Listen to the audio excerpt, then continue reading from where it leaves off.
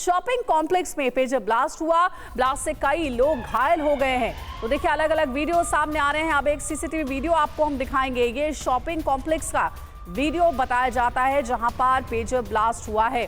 Pager blast का नया CCTV footage सामने आया है। ये देखिए, ये है शॉपिंग कॉम्प्लेक्स जहां पर पेजर ब्लास्ट हुआ है। तो हिजबुल्लाह की टॉप लीडरशिप टारगेट पर थी, हिजबुल्लाह से जुड़े लोग टारगेट पर थे और इसी तहत ये बड़ा धमाका हुआ है पेजर ब्लास्ट में, जिसमें कई लोगों की मौत हुई है। वहीं 1200 से भी ज्यादा हिजबुल्लाह के लड़ाके घायल हुए हैं।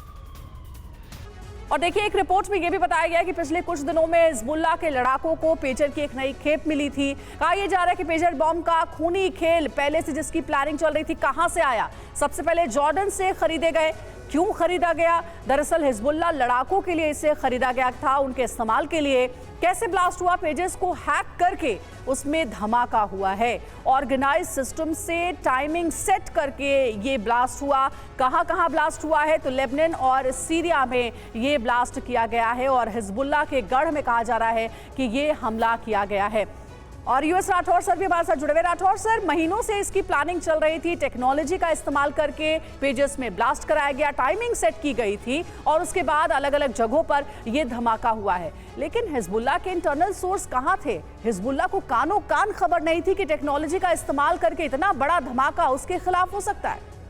देखिए अंजलि, अप्रैल मई के महीने में जो मुल्ला नसरुल्लाह हैं, इन्होंने कहा था इज़राइल की स्ट्राइक्स हो रही थी बिकॉज ये मोबाइल फ़ोन की वजह से, कि मोबाइल फ़ोन बंद करो और हम पेजर का इस्तेमाल करेंगे। तो ये उस दिन से ये शुरू हुई प्लानिंग कि पहले तो पेजर चूँकि ऑब्सोलीट इक्विपमेंट है, ये मिलेगा कहाँ। और जब इसकी सोर्सिंग हुई उसके बाद ये 3-4 महीनों में पहुँचा है लेबनान। उस दौरान इस पेजर के साथ क्या हुआ वो शायद हमेशा एक रहस्य बना रहेगा, लेकिन ये सामान ग्रे मार्केट से स्मगल होकर के लेबनान में आता है और उसके बाद बढ़ता है। और जब ये मालूम हो जाता है, इसके बीच में सर्विलेंस रखी गई है कि हाँ ये 3-4 हज़ार सेट सारे ऑपरेटिव हैं और उसके बाद ये ब्लास्ट होता है। तो इसके पीछे अगर कोई कहता है कि ये अप्रत्याशित है लेकिन इसमें कोई प्लानिंग नहीं है, तो वो गलत है। प्रॉपर प्लानिंग के साथ हुआ है और इसमें ये भी हो सकता है कि इसका सोर्स कोड कैसे मिला इनको कि ये छेड़छाड़ सर्किट के साथ कर सकें।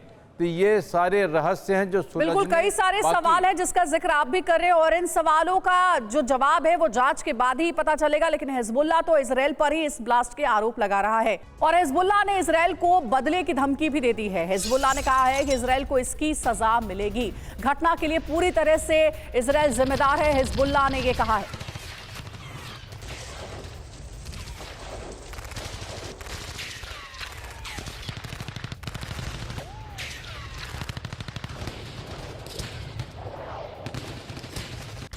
और पेजर ब्लास्ट से दहला लेबनान हिजबुल्लाह का बयान भी सामने आ गया है। हमले के लिए इजराइल जिम्मेदार है। हिजबुल्लाह ने दो टूक ये कह दिया है कि इसका बदला हम जरूर लेंगे। बेगुनाहों को निशाना बनाया गया। हिजबुल्लाह के हमले से इजराइल डरा हुआ है। गाजा पट्टी वेस्ट बैंक पर कब्जे से हताशा, दुश्मन को हमले की कीमत चुकानी होगी, ये भी हिजबुल्लाह ने क्लियर कहा है। विश्वासघात का बदला लिया जाएगा, हम जो कहते हैं वो करते हैं।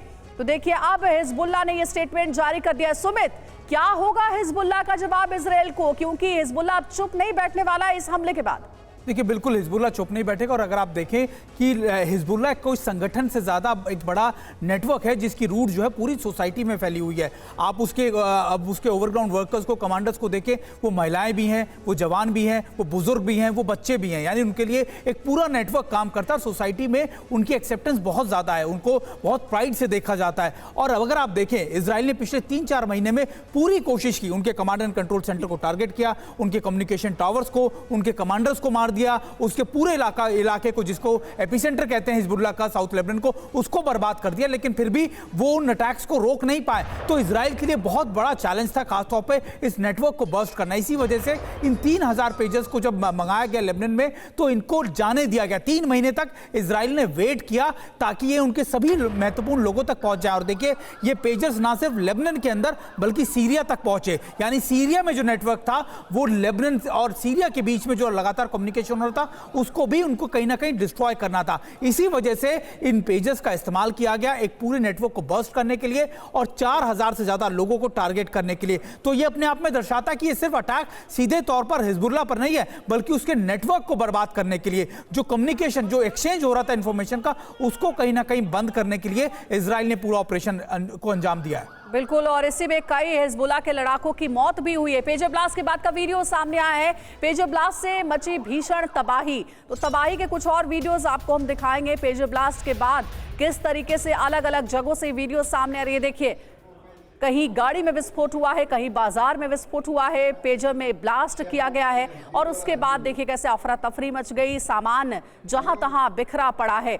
ये नया वीडियो आपको दिखा रहे हैं। हिजबुल्लाह के लड़ाके घायल हुए हैं और इसी तरीके से अलग अलग लोकेशंस पर एक साथ एक टाइम सेट करके पेजर में ब्लास्ट किया गया है।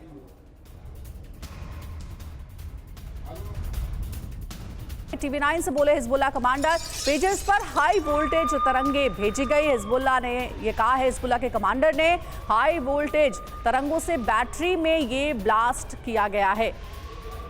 देखिए, अलग अलग वीडियोस आपको दिखा रहे हैं। कहीं बाजार का वीडियो है तो कहीं बीच सड़क पर पेजर में ब्लास्ट किया गया। TV9 पर हिजबुल्लाह का दावा है, इजराइल ने पेजर्स पर हाई वोल्टेज रेडिएशंस भेजी है और पेजर के सर्किट और बैटरियां फट गई। हिजबुल्लाह कर रहा है विस्फोट की जांच बढ़ सकती है, हताहतों की संख्या।